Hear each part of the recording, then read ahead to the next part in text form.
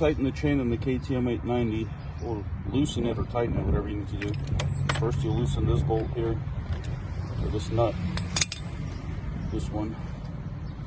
Then you use the 13 mil to loosen this nut here.